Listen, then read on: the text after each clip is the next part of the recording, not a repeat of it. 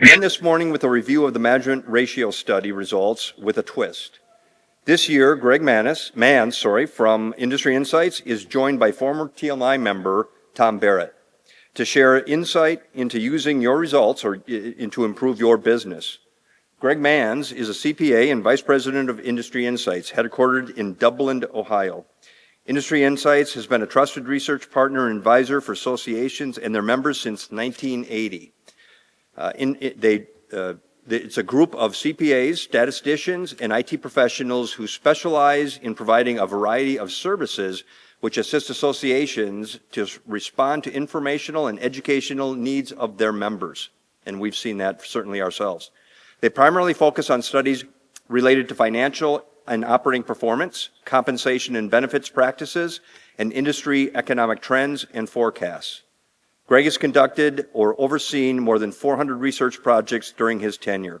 Over the past 25 plus years, his studies have been cited in the Wall Street Journal, New York Times, USA Today, and a whole lot of other things.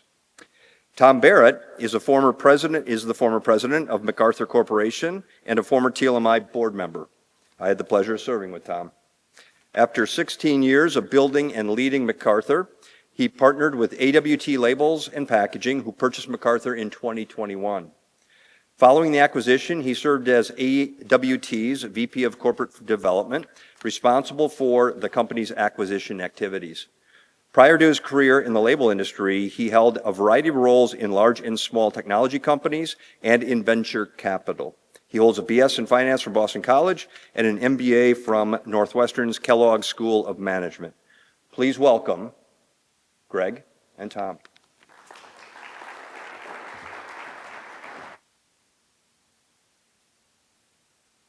Thanks, Mark.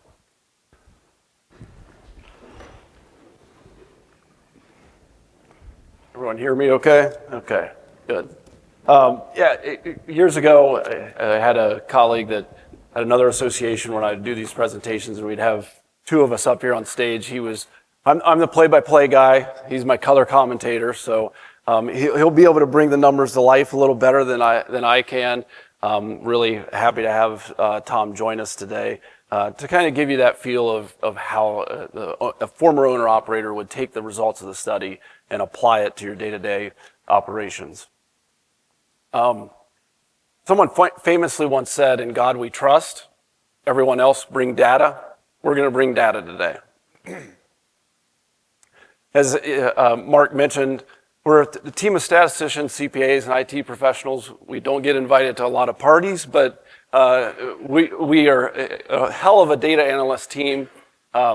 We serve the informational needs of associations and their members exclusively since 1980, as he mentioned. We've been a partner with TLMI for over 25 years. We play that role of independent, objective third party, maintaining the confidentiality of the data. I will mention, just in case anyone's worried or wondering, Tom has not seen any individual data.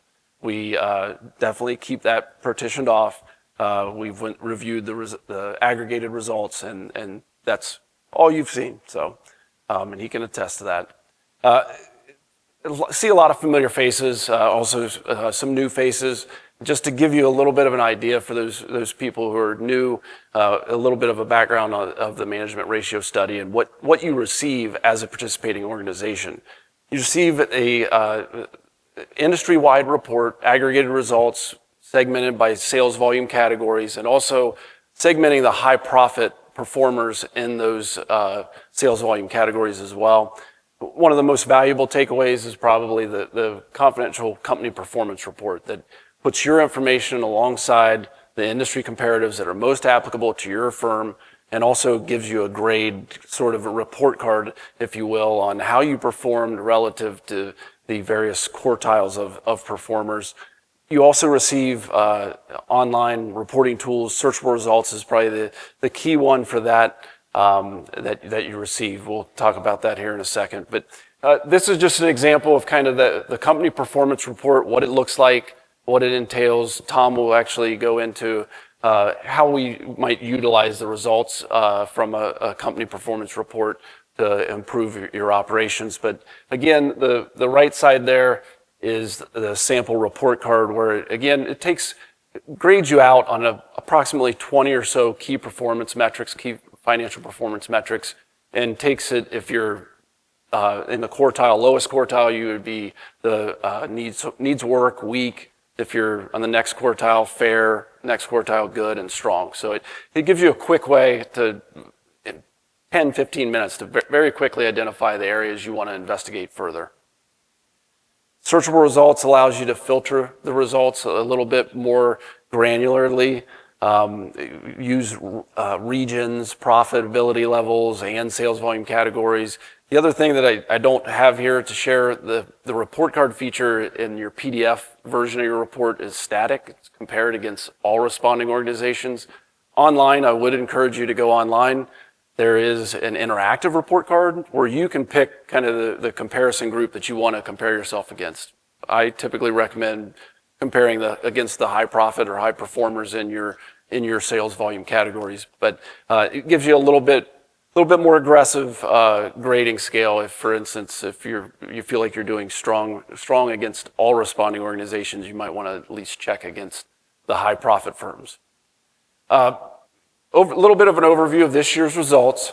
Demographically, the number of percentage of companies by sales volume, pretty similar to last year, but we have about 40% above 25 million, 60% below 25 million. And you can see there the FTEs breakdown, full-time equivalent employees segments breakdown as well. We look at the percent of production.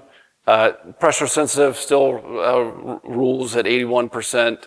That's been very consistent the last 5-10 years.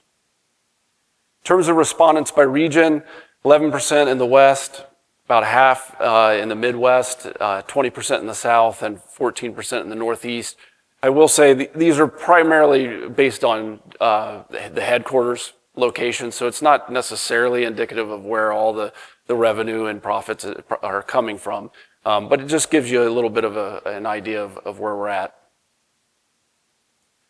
I like to use this. I know it's pretty simplistic. If you've seen this before in my presentation, I just like to reframe our mind into why we're looking at ratios instead of just looking at dollar figures. If we have $100,000 in profits, it really doesn't tell us much about the companies until we get that perspective of looking at it relative to their sales volume. 2000 to 2018-ish, when we have 2%, less than 2% inflation, some of those dollar metrics are really valuable. But when in an inflationary environment, it definitely makes ratio analysis much more important and much more critical. And I have a couple of slides to kind of emphasize that later. Ratios create that common platform, normalizes the data for easy comparison across, regardless of size. So once you have your ratios, what do we got to do? We've got to compare that against something, whether it's industry peers like we're doing today, or against your own historical performance, or your internal budgets, but we want to compare that against something. So what metrics are most important? What metrics do we want to track? When we look at companies and want to evaluate their financial health or financial performance, we look at 5 key areas. Sales growth is obviously number one. Without sales, we're not going to really get anywhere. You can manage your expenses well, but you can't manage expenses into profits without sales. We look at profits, obviously, assets, and we want to look at the assets that are producing those profits, producing the asset base that's producing those sales, and how are those assets being financed? Are they being financed through debt structure, equity investments, and then lastly, we look at our people, which is obviously sometimes our most valuable asset. The results of our ratio study culminate in the Eugene Singer Award that'll be given out tomorrow night. What I like about this, these ratios or the factors that go into the Eugene Singer Award, those weren't determined by industry insights, but I do like how much they align with exactly the way we evaluate companies as well. A lot of these, if you look down the list, line up exactly with what the previous slide I just talked about.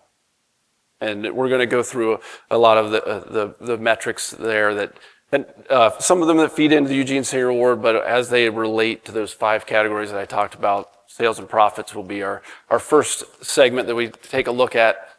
So for 2024, after last year, we had a pretty down year, even though we still, for the results, we were at, I think, 1.4% growth last year, but there were barely half of the responding organizations in 2023 that reported positive growth. So it's encouraging to see this year we're back to a little bit more closely to our normal range of 5.5% growth. There's probably a little bit of response bias, just human nature. If you're having a down year or not performing the way you want to perform, sometimes they might not necessarily respond to the management ratio study.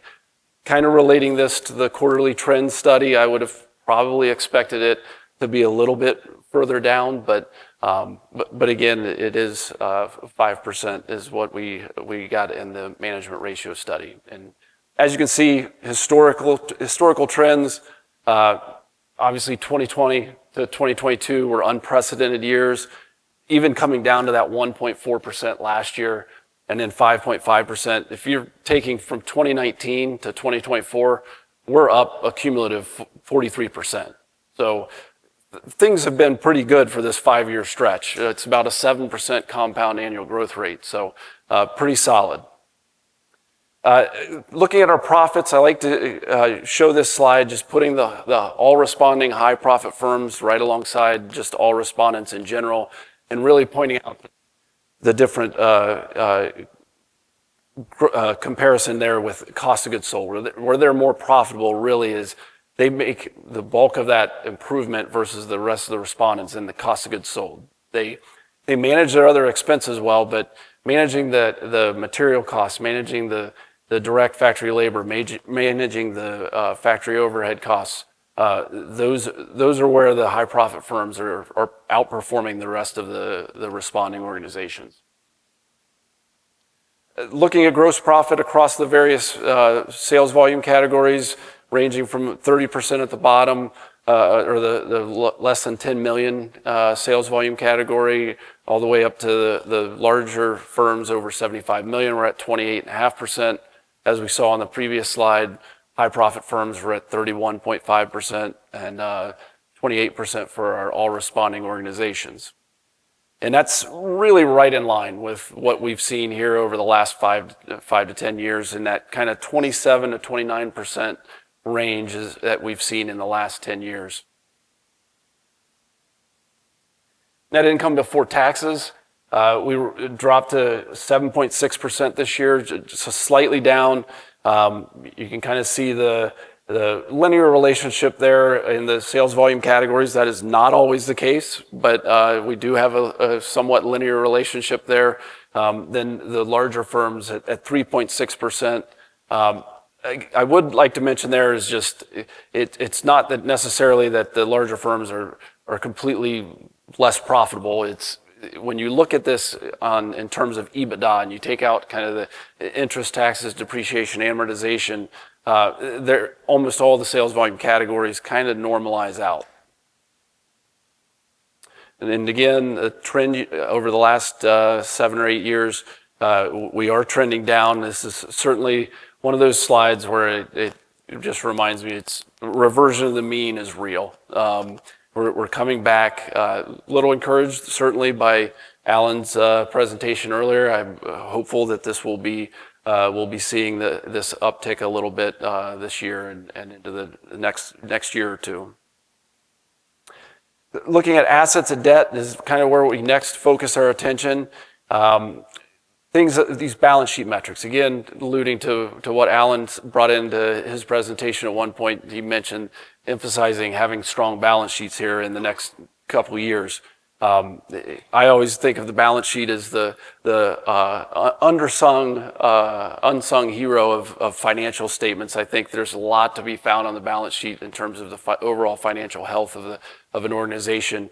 One thing I will mention, I pushed it to the appendix of our slide deck so you can all get it, but asset productivity is is one of those things that you want to look at total return on assets or asset turnover, your return on assets, and then also one other metric that's not listed here is return on net worth. Certainly, I usually share that slide, but we pushed it to in the sake of time, we pushed it to the appendix here of the PowerPoint presentation for you.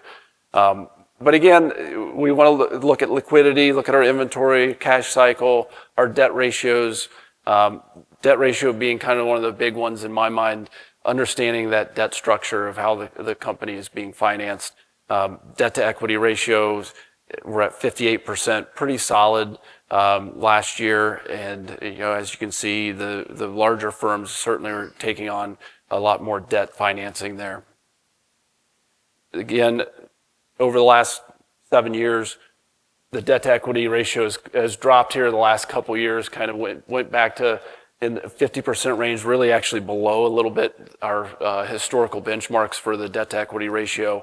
In reality, relating that to what Alan said earlier, we're kind of seeing that a little bit, shoring up the balance sheets, making it ready to be able to make acquisitions or be able to use debt for financing operating expenses even. Cash cycle is certainly important. Managing that time of from you purchasing your materials, the days that it's in inventory where you're turning it into a sale while it's in receivables, and how long you can stretch out that days in payables to make that cash cycle a little bit more in your favor. We're at 58.5 days this year. Last year we were at, I think, 66, so almost a 10% improvement over last year, and I think we were in the 60s the year before that as well. So historically, our benchmark has kind of been that 45 to 60 day range. So fairly good performance there in the cash cycle. So we've touched on the 4 of the 5: sales growth, profits, assets, and debt. Touching on people now, sales per employee is probably one of the more common metrics that people just look at just to get an overall gauge of, are we right-sized with our employee base performing relative to our sales? Certainly something that's a great metric to look at internally, historically in your organizations, and seeing how it trends over time. Sales per employee, we were at 320,000 for all responding firms, 370 for the high profit firms. I think we were at around 295 last year for all firms. Again, a strong upward trend. The one thing to keep in mind with this metric, inflationary pressures certainly has an impact. There's certainly some productivity improvements, but inflationary impact does come into play. If we put these in 2024 dollars, the 2018 figure was, I wrote this down, 283. It would have been 283 in 2018. So it goes from being a $100,000 per employee improvement down to about $50,000 per employee improvement. Value added per employee, we're at 171,000 for all responding organizations, 209,000 for the high profit firms. Again, this is essentially your sales minus your material cost per employee. So after you take out your material costs, that gross margin is that value added per employee.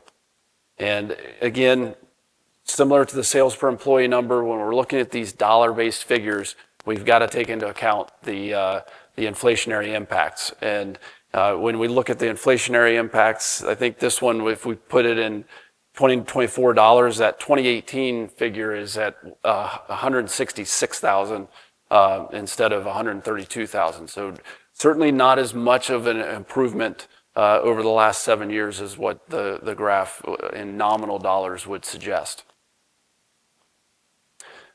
Looking at the summary income statement, I do like to include this primarily to get an idea of, okay, looking at these as in terms of every sales dollar that comes in. We got a dollar that comes in, 45 cents right off the bat for all responding firms is going to material costs. So we have 54.7 cents to apply to all of our remaining expenses.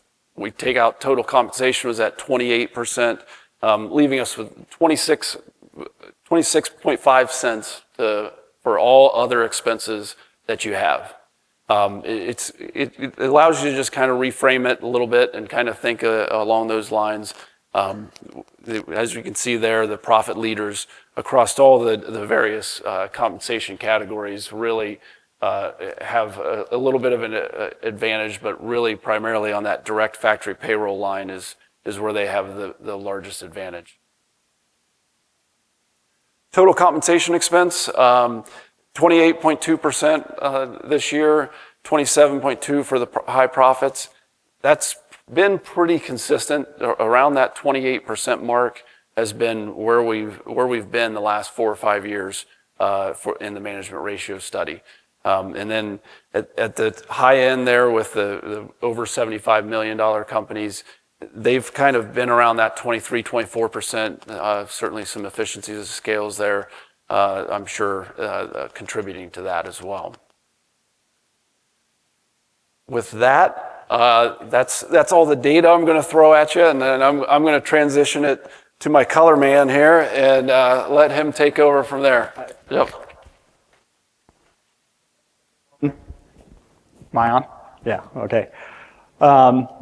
It's great to be back. Didn't think I was going to be back, and so wonderful to see some familiar faces, and looking forward to meeting some of you who I haven't met yet. Greg has given us the big picture. This is what's happening in the industry, and Dale had asked if I would come and talk about, well, how do we take this and do the opposite? How do we drill right down to how you can utilize this information inside of your business? And so this is an approach that we used, and hopefully it'll be helpful for you as well. So you've got your report. You do not need to be as good at blackjack as Alan. You will hopefully make better life choices. This is not rocket science that we're gonna go through here. It really is just like many things in business. It's fairly simple, but not easy. You just have to do the work. Get yourself through this. You have an incredibly powerful collection of information now. It's really incumbent on you to utilize it to the best effect you can. So this process, as I said, fairly simple, fairly straightforward. So the first piece is just getting through the report, and I'll talk about an approach that I like to use for that. Figuring out what are those key takeaways. Are there 3 to 5 things that you can focus on? You have limited time and resources in your business. What are the 3 to 5 things that if you made a significant improvement in over the next year are going to result in the biggest payoff to the bottom line? The second part is really about figuring out what are the root causes of these issues that you see in your business. This part is incredibly important because if you don't actually get to what the root causes are, you can then start solving problems that don't actually exist. And then the final piece is creating actions, tracking those things in whatever your management meeting cadence is, monthly, weekly, and then holding yourself and holding other people accountable for doing this.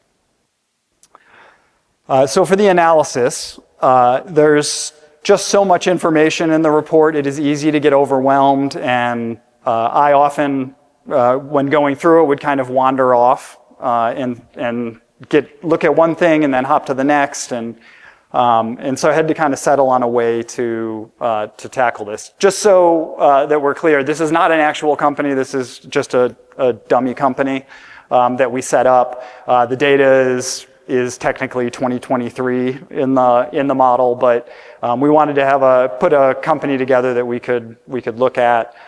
This company has ample issues to correct. But the way I like to do it is first to think about categories of items. So sales, that's that sales piece, profitability piece, et cetera, down the line. And to look at those categories one at a time throughout the report. So that means that you're gonna look at information potentially over multiple pages around the report. So if we start with profitability, the first piece is looking at what's your performance over time. We have 3 years of data here, which is a different look than you normally see with your financials. Normally you're seeing 2 years. And so you can pick up a little bit more of the trend line in the business. So how are you performing versus yourself? And then the second part is how are you performing versus your peers? So you've got all the respondents, you've got the average of the people in your size group, and then you've got the 75th percentile, the high performers in your size group. And so again, kind of working through profitability, looking at how you're performing against yourself and looking at others. And keeping it in digestible chunks as you go through this. So here's an example. I like to go to, on the last page of the report, there's this little income statement piece here. I threw the sales in there just so we have the background that we have a business that sales are up. So sales are up, that's good. That means profit should be up, right? Except what we can see here is that we have a trend that we're down year over year in terms of a percentage, and we're also underperforming our peers significantly.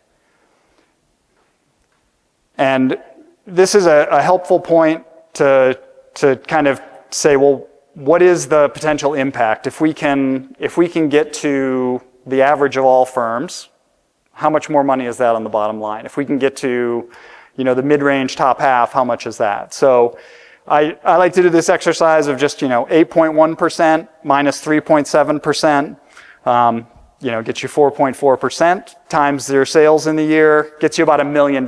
So if you can get to average, there's $1 million. If you can get to best in class or 75th percentile, there's about 2.8. And so I always thought that helped kind of focus the mind of like what was really possible and what this means.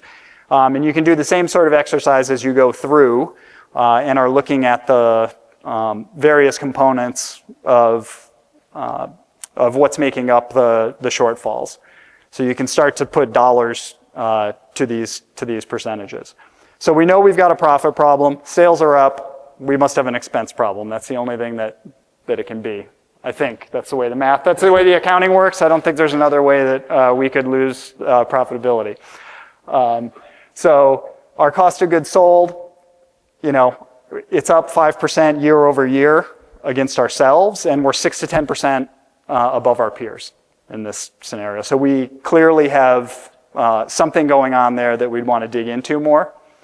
And then if we look at SG&A, and this is again just kind of first looking at the kind of taking everything from a big picture into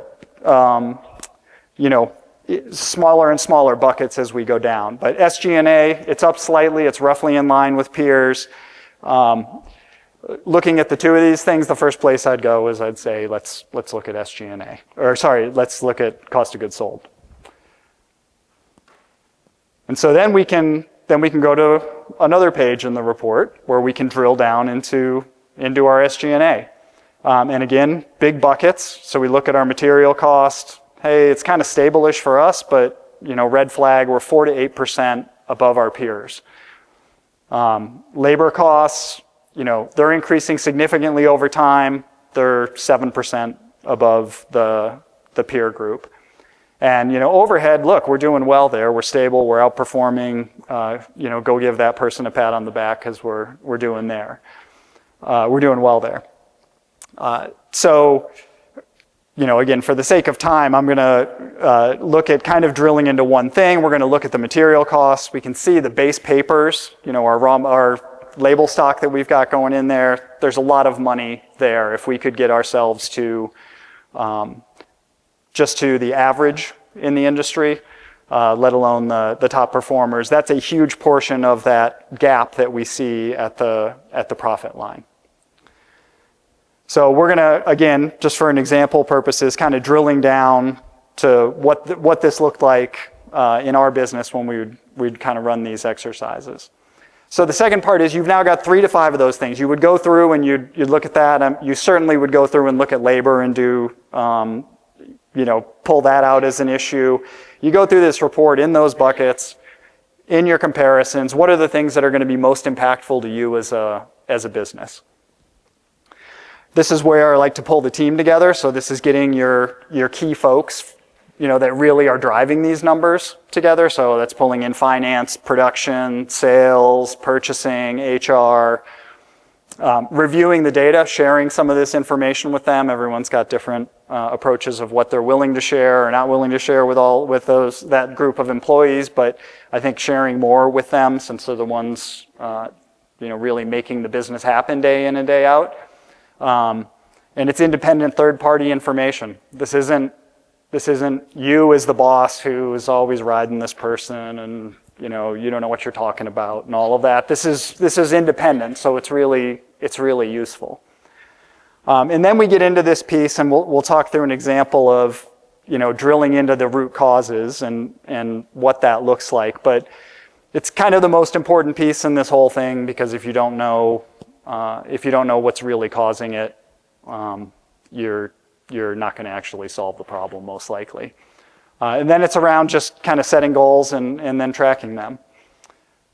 And so, I wanted to do material cost because initially what kind of comes to mind is, it's a purchasing issue. We're not buying effectively. But if your label stock is, as a percentage of your revenue, is high, these were the ones that I could kind of come up with, and I'm sure there's more. So do you have a pricing issue? So did you get material cost increases and not pass those along to your customers? How are you doing your estimating? Are you charging customers as much as you could charge them for the products that you're selling them? Do you have a chunk of your business or your primary product line that over time has gotten commoditized, and so it is structurally lower margin? So that would you would look for a different set of solutions if that were your problem. Are you purchasing effectively? Do you know what you're buying? Have you consolidated your spend among some key suppliers? Are you negotiating effectively? Are you running a lot of scrap? A lot of scrap will drive material cost up. Or are you writing off lots of inventory? So you sold a job, you had a minimum of raw material you had to buy, you bought that material, you didn't charge the customer for all of the material, and then you end up writing off the material. So these are the kind of questions that, for something as simple as, hey, our label stock cost is too high as a percentage, these are the kind of questions you'd want to be asking.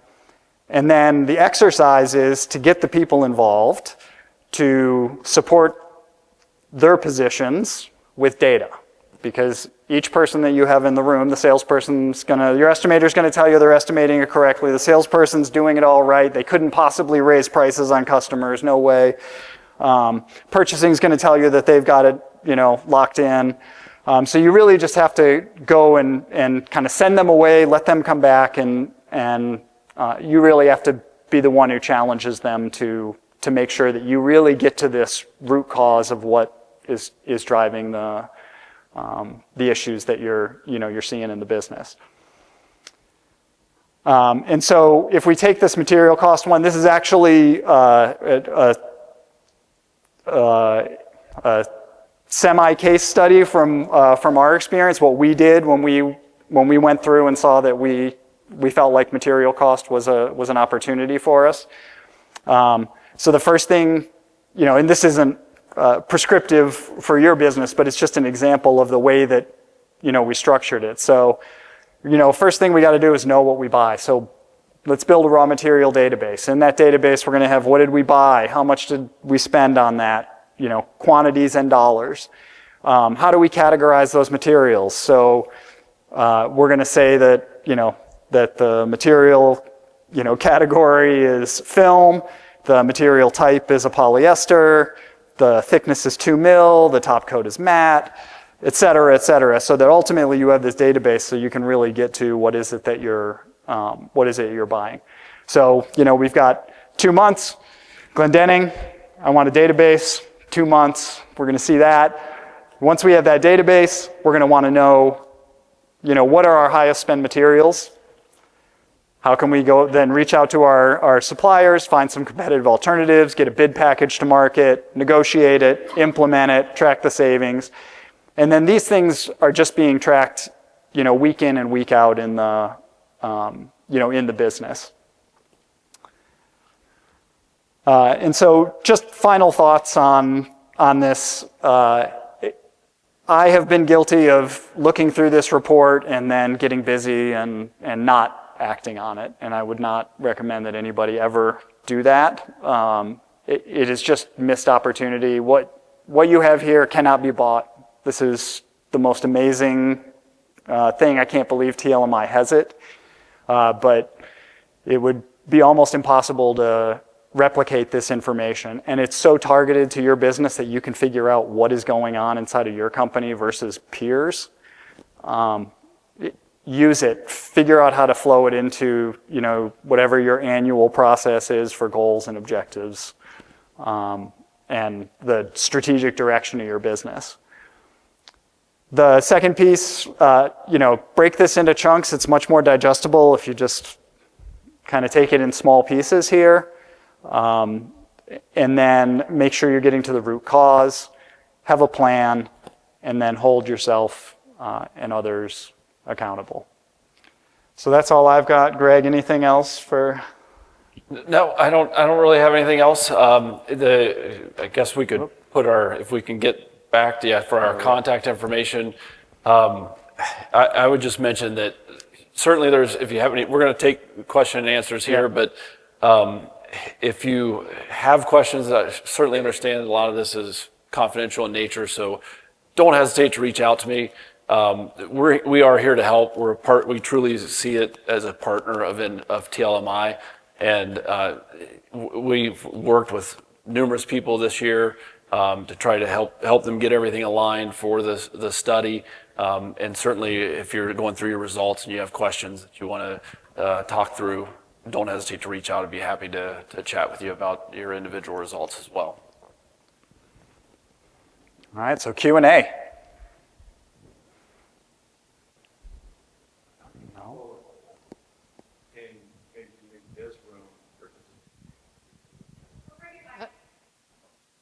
You just asked, show of hands, who in the room have participated this year?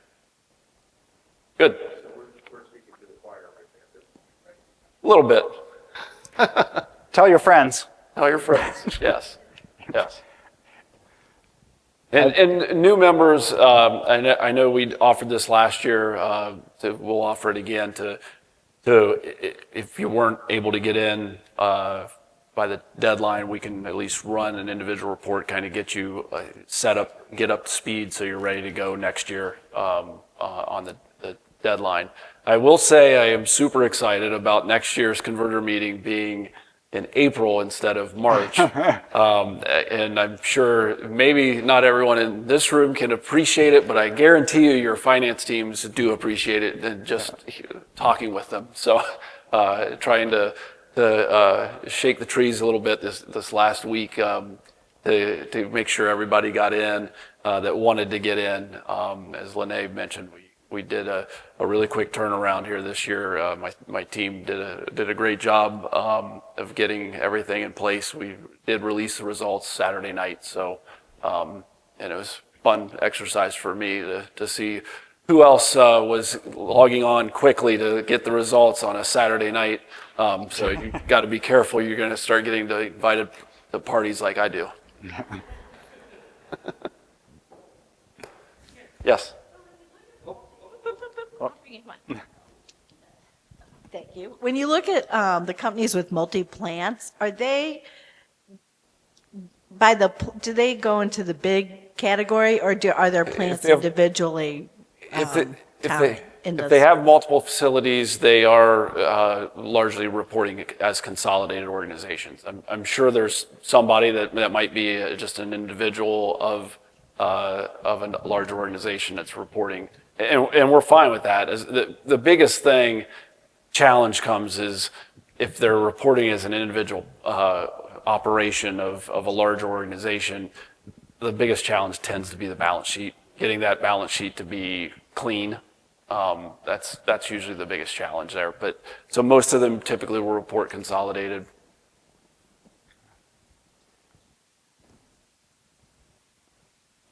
Yes, Dwayne.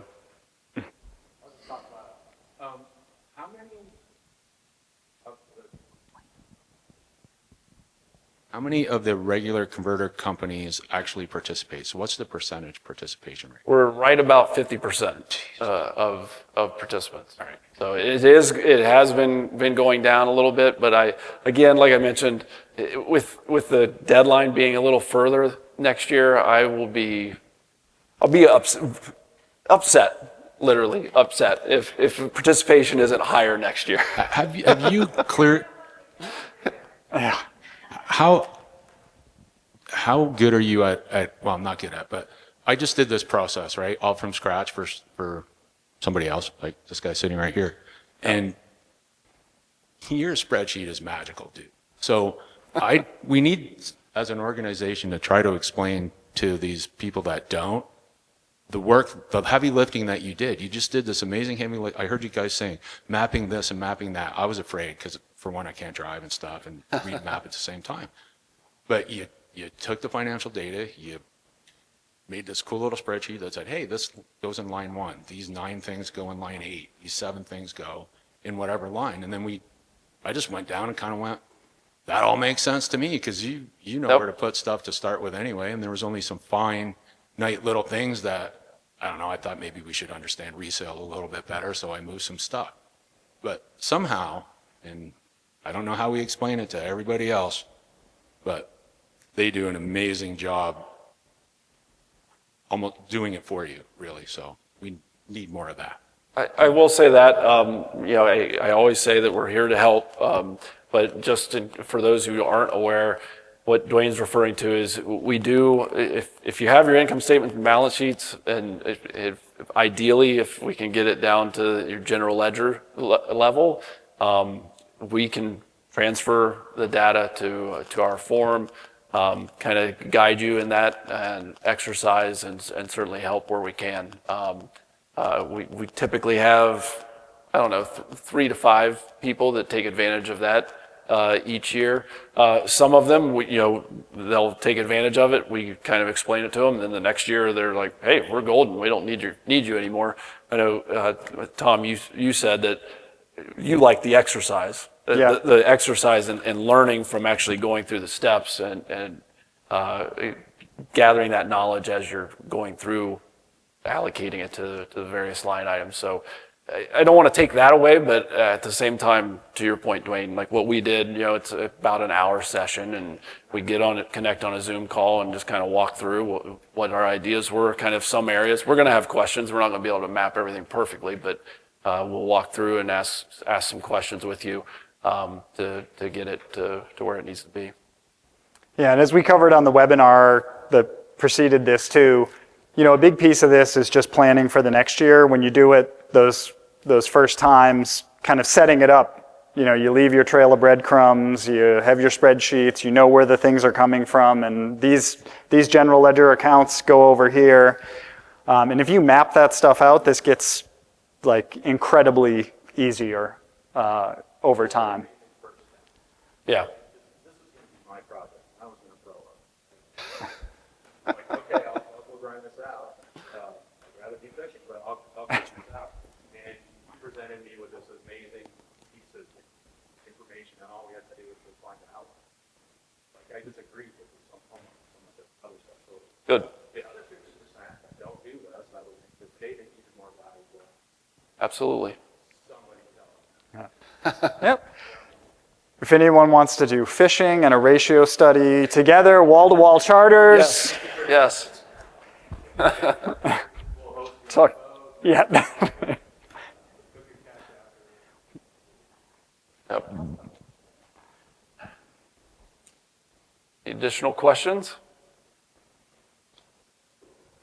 All right. Okay. Thank you. I think we're good. Thank you. Thanks, Mark.